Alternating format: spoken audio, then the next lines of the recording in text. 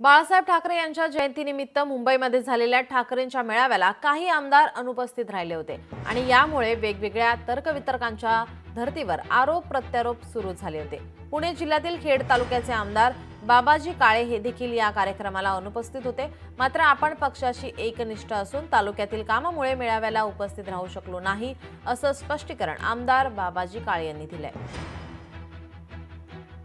पक्षाशी मी एकनिष्ठ आहे, बाहेर पडणे किंवा असं काही विषय नाहीये। परवा दिवशी मी चाकण शिक्रापूर रस्त्याच्या मीटिंग संदर्भात मुंबईला होतो आणि त्या संदर्भात पुण्याला संदर्भीय कामं 2-3 महत्त्वाची होती।